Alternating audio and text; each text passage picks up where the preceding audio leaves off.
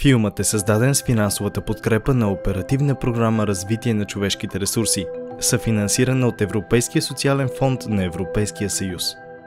Това е? Как говори кучето? Ау, ау. На кака. На кака. Как се казва кака? Кака, плак. Кака? Ля, ля, ля. Ла, ла, Лу, лу, лу. Лу, луга. люка.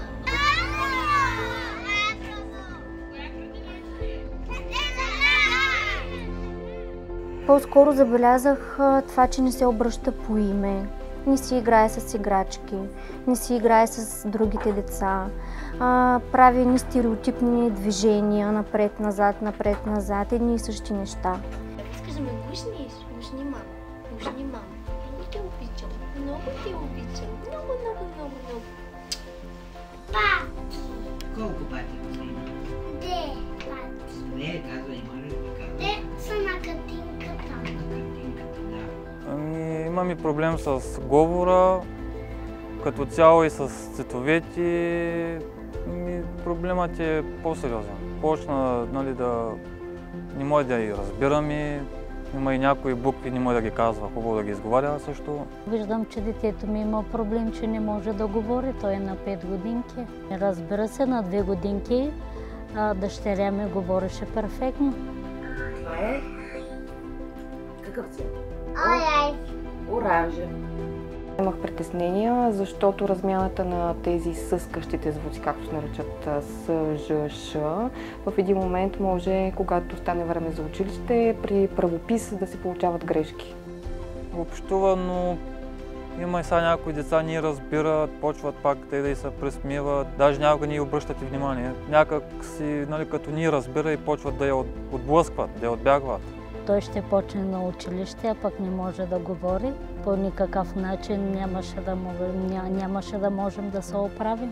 Трябва да се боря заради него самия и да му покажа, че аз съм спокойна, за да може да бъде той също спокоен. не ная. Искаш ли да научиш? Да. Гората. Повтори. Да. Айде. Ако ви е трудно да намерите връзка между тези отделни откази, то тогава вероятно сте имали щастието вашето дете да има едно съвсем спокойно и безпроблемно детство.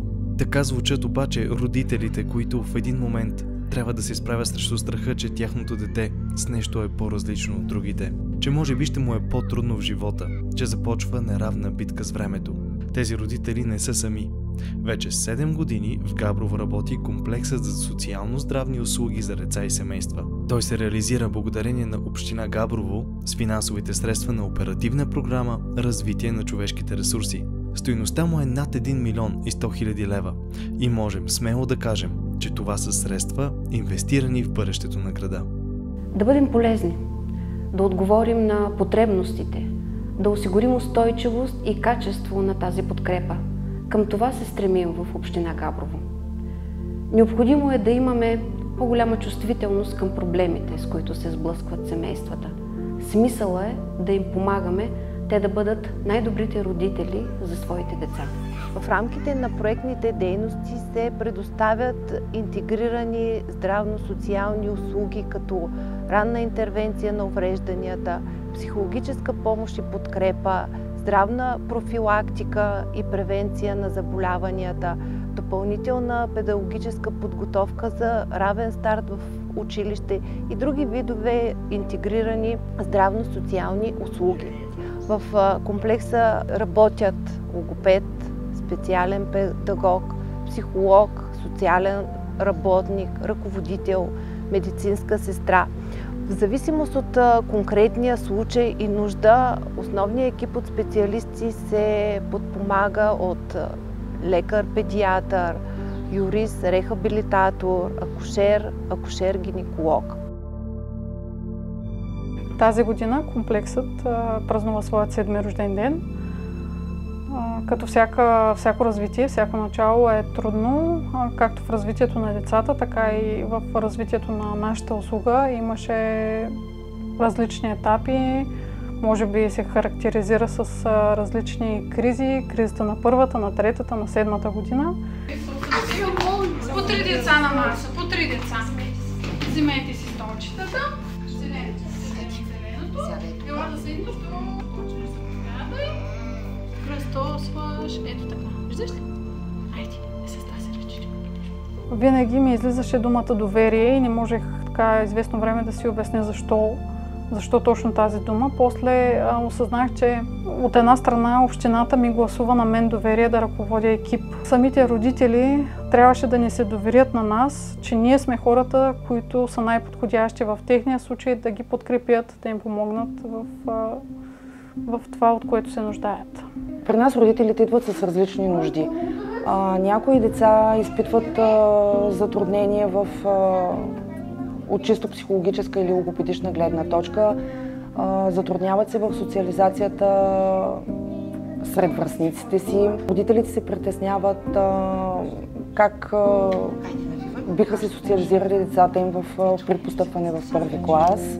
Търсят при нас подкрепа от съответните специалисти. Ами на година и 3 месеца беше той, когато всъщност забелязах, понеже аз имам и още едно детенце, правих някаква равносметка между двете деца, след което стигнах до диагнозата аутизъм. След това споделих с докторката, при което тя ме насочи тук. Много бях притеснена, защото не знаех какво ме очаква, не знаех какво ще ми кажат от среща. Въпреки че всички ме убеждаваха, нали, да не се настройвам така, но всъщност при него наистина много бързо се случиха нещата. Започна да става по-общителен. Започна да изпълнява някои от поръчките, които му се задават.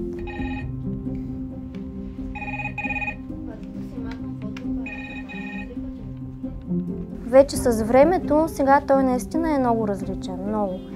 Общува с всички, гушка се във всички, играе се с играчки. Може би единственото, което не успяхме така все още да променим е това, че има някакъв страх да доближи децата. Деца, които са на неговата възраст. Общува с възрастни хора, общува с по-големи деца, но не и с деца на неговата възраст. Ползваме логопед и психолог, защото той не говореше, не казваше нищо. Говорих с личната му лекарка. Тя ми каза, че момчетата се развиват по-бавно, обаче той не искаше пак да говори, когато вече стана на 4 годинки. И тя ми каза, да, детето има проблем, намери се невролог, за да видим какво е положението, като първото ми дете е с епилепсия. И аз ходих и те казаха, че детето няма никакъв проблем, за да не говори. И после вече чух за този център и дойдох и го записах. Той се научи, тук се чувства като си у дома. Той като дойде тук направо отива, прегръща ги много добре. Малко кисел. Кисел ли? Плани? Той сега е станала, даже в колата го преоблякох. Той ако не се чувства добре с тях, ако не му обръщат внимание, той няма да такова. Той беше кисел тази сутрин, нали, днеска, като дойдохме, обаче като ги видя, вече е весел, щастлив, че е тук.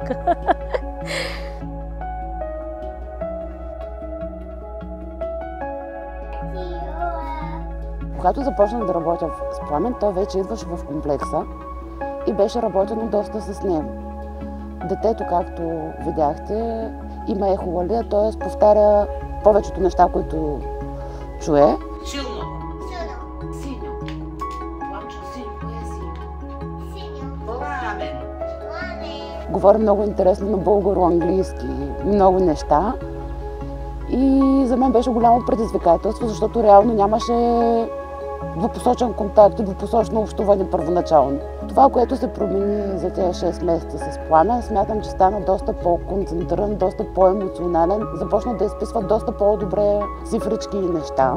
И е много интересно нещо е самия мозък и самото развитие. То не е някакъв прав процес, то е вълнообразна линия. И всъщност при него нещата са много така, от скок на скок. Ето аз днес се зарадвах, нали, той написа петица за първи път до сега. Всеки път, като стигнахме до цифрата 5, не сте се обръщаше и се даваше на мен. А 5 можеш ли? Браво, научил се да напишеш 5. Иначе той чудесно разбира много неща, може много неща, но трудно ги изразява. Лично аз за пръв път виждам в практиката си дете, което няма добре развит говор и комуникация, да има добре развита феномоторика. За мен това е необяснимо. Тя посещава центъра 5 месеца. Вярвам, че има напредък, защото ще тръгне на училище и като цяло ще и трябва. От тук, да, по-спокойна и да. Така, и патенцата са две. Да с Д започваме. Две. Браво. Я покажи две пръстчета, колкото са патенцата. Има хора, които смятат, че ние основно си играем с децата, когато дойдат в комплекса. Това, че ние играем с децата, играем на игри, които са целенасочени. Той специалиста знае тази играе, за да постигне еди какъв си резултат. Не играем просто за да запълним времето, а защото детето може да има дефицит на вниманието. Съответно, ние избираме подходящи игри, които да го стимулират да задържи вниманието си за по-дълго време върху една дейност. Има трудни моменти в работата и те са тези, когато не срещаме съдействие и подкрепа от родителите, когато не изпълняват дадените ни препоръки, за да се случат нещата както трябва. Виждам някакъв проблем или нещо, а родителят просто не е готов да чуе истината по начина, по който я виждаме ние специалистите. За мен всяка малка стъпка напред си е хепи енд. Нали, не трябва да имаме някакви грандиозни очаквания за някакви огромни неща да се случат. Защото да се случат, първо трябва да станат тези малки стъпки, които ние правим тук. А тези малки стъпки не се случват само в комплекса. Част от услугите са мобилни и се ползват от деца и родители в детските градини на Габрово. Ла-ла-ла. Ле-ле-ле.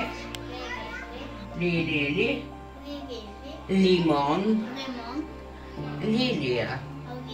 Едно свете се казва Лилия. Какво обичаш най-много да правиш като дойдеш тук? Да казваме буквичките. Да казваме буквите. Като пораснеш, какъв искаш да станеш? Батман. Какво прави Батман? Лечи и спасява. А на какво обичаш най-много да си играеш като дойдеш тук? На семейство. Има кака, има и куче, и майка и баща. И отиват да купят плодове. Ти кой си от семейството? Баткото. Сами работим 2 години и половина. Всички звукове, които го затрудняваха, вече са поставени. Остана ни последната буквичка Р, което той произнася, но трябва да работим още малко по нея, за да не греши, когато стане ученик и започне да пише. Да не ги заменя с други. Сега работим върху звука Л и съм доволна от това, което той постигна. Той е много изпълнителен. Я да го кажем пак. Зюмбюл. Зумбил. И радостта, която виждам и в тях, когато чуят, че те сами казват определен звук, още тук бързат. Отивам да кажа на госпожата, ще се обадя на мама да каже, че казвам вече Л или Р.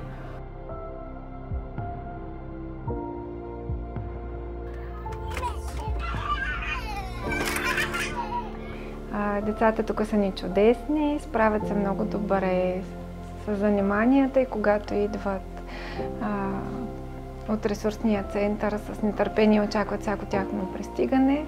След това се чувстват много добре, удовлетворени и спокойни. Искате ли днес заедно да направим по една рибка? Да. Ние сме ви отрязали шаблончета с прежда. Ще ви покажем с какаели как да ги направите. Ще залепим накрая едно ученце и ще си го оставите за спомен вкъщи. Искате ли? Да. Добре. Разказват за това, което са правили с тях. В много случаи, които сме виждали, нали, говорят за самата дейност, за цветовете, с какъв цвят са отцветили, примерно картинка, която им е дадена да направят. Всичко това има само един смисъл. Да чуем друга нотка в гласа на родителите, да видим оптимизъм в очите им, да усетим спокойствие и увереност. Изключително съм доволна. Напредъкът е голям. Бих казала, че почти изцяло е разрешен. В момента работят върху звуковете, които касаят годините, текущите, а не тези, които трябва вече да се изговарят правилно. Мисля, че работата движи много добре и детето ми е изключително променено. Ами сега съм по-спокойна, защото откакто почна да идва тук, а и тук вече от 1 месец той почна да решава задача до 20 самичък. Сяда, без да му помагам аз, пише си задачите и си ги решава и си ги проверява сам. Нищо, че не може да говори. За да се получат тези резултати е нужно доверие. Доверието на децата, доверието на община Габрово и, разбира се, доверието на родителите. Част от работата на комплекса е на терен. Специалистите буквално имат за задача да открият семейства, които имат нужда от подкрепа, но не просто не могат да я получат, не знаят как да я поискат.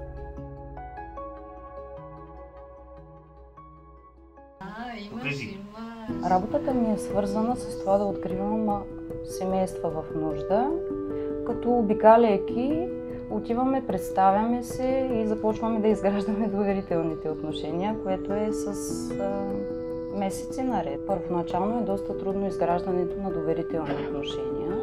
В един момент, след като сме прекрачили тази граница и нямаме бариери, те се вслушват. Да, и тогава, когато ние сме говорили нещо и може би си мислим дали ще ни чуят, много е интересно, че в следващ момент наистина се оказва от техните действия, че са начули. И след това вече много по-лесно вече става. Надявайте се да спа. И следващия път, когато пак се разговаряме, вече и ние сме сигурни, че нещата ще се движат напред. От 3 години работим с това семейство. Първоначално, когато отидохме, те живееха на друг адрес, където нямаше ток, нямаше санитарен възел. Живееха 3 възрастни и 3 деца. На път беше бебе, което, както виждате, вече е на 3 годинки. Първоначално попълвахме им документи, което правим и сега, защото са неграмотни и няма как да подадат никъде в нито една от институциите си документи. Първоначално те казаха: всичко ни е наред, ние сме много добре, няма никакви проблеми при нас. А се оказа, че не е точно така. Те смятат, че всеки, който отиде и им предлага помощ, ще вземе децата им. От страх. Главно от страх. Това не е целта в никакъв случай. А целта е да видиш променени родители към по-добро. Започнали работа, отърсили се от вредни навици. Да видиш, че с работата си подобрил живота на децата. Че се развиват по-добре и са здрави. Ходят на училище. Част са от живота на общността. Намерили са нови приятели. Получават повече грижи и внимание. Усмихнати са. Всичко това мотивира и ти дава стимул да продължиш напред и да търсиш нови възможности. Това, което мога да кажа със сигурност е, че работата с деца облагородява. Какво имам предвид? Когато работиш с дете, дори и то да има предизвикателно поведение, ти знаеш, че не го прави с зла умисъл някаква. Това е разликата, която има когато работиш с възрастни хора. При тях има една чистота, която винаги, когато се срещнеш с нея и ти носи нещо, зареждате и те мотивира да продължаваш да си свършиш работата. Няма дете, което да не се е повлияло от нашата помощ. Административният договор за финансиране на комплекс за социално-здравни услуги за деца и семейства приключва на 30 септември 2023 година, но предоставянето на интегрираните здравно-социални услуги ще продължи след този период. Община Габрово има одобрен проект с наименование "Бъдеще за децата" на град Габрово. Този проект ще продължи дейността на предоставените до този момент услуги, ще надгради и разшири дейността на комплекса, като се включат нови дейности и, разбира се, ще бъде включена целева група деца до 18 години или до 20 годишна възраст, ако те продължават своето средно образование.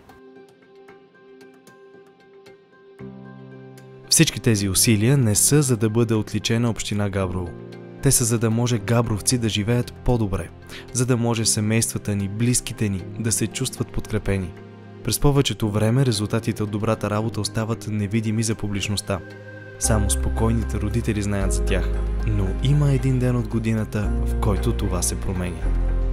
Хубаво нещо, което се случи през тези години, са трите детски празника, които организирахме, като на първия и на втория празник дойдоха над 100 деца и техните семейства.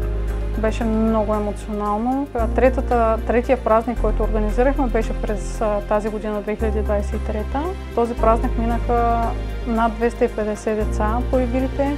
При все, че беше дъждовно, валя, но беше невероятна емоция да видиш как децата облякоха своите дъждобрани, родителите извадиха чадърите и никой не си тръгна от мястото на събитието. Днес е денят на децата и на усмивките в сърцата. Всички ние тук празнуваме, смееме се и лудуваме. Но решихме неотдавна в съревнование забавно, кратки стихчета и песни, да танцуваме в игри чудесни. Габровчетата празнуват, в градинката с мечето днеска те лудуват. За музика и танци по цял ден си мечтая, с радиото пея, когато съм сама. И често ме се смеят в къщи на ума. Когато бях овчарче и тръгнала един. А кой ще ти акомпанира на акордеона? Чистко Йоско. Никога те сладко, не съм ни ял, ни спал.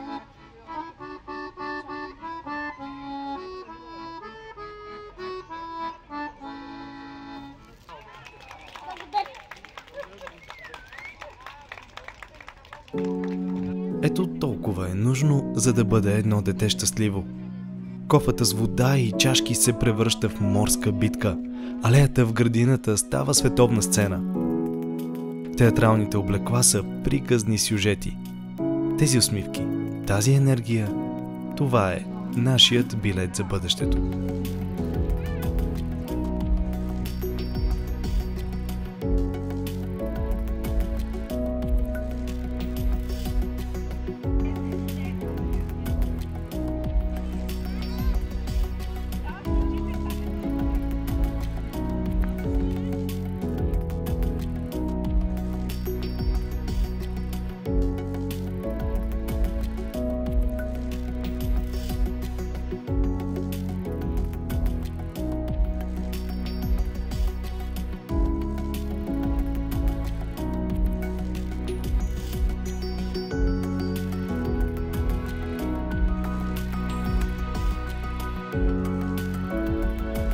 Мненията, изразени в материала, са на авторите и не отразяват непременно гледните точки на Европейския съюз и управляващия орган на Оперативна програма Развитие на човешките ресурси 2014-2020 година.